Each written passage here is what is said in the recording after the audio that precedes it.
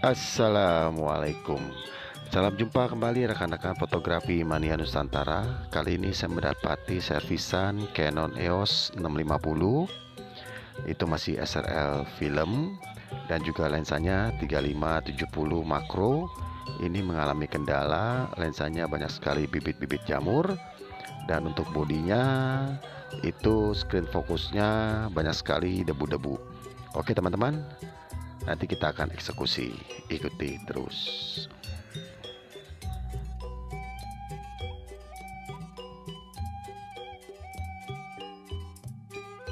Oke, ini dia lensanya teman-teman. Teman-teman bisa melihat untuk kotornya lensa 35-70 makro EF ini.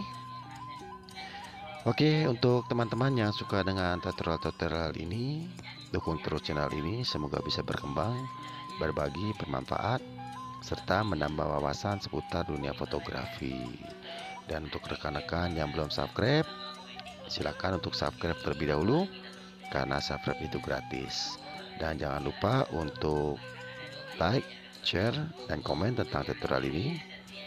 Oke teman-teman, tanpa basa-basi langsung saja kita eksekusi lensa ini. Check it out.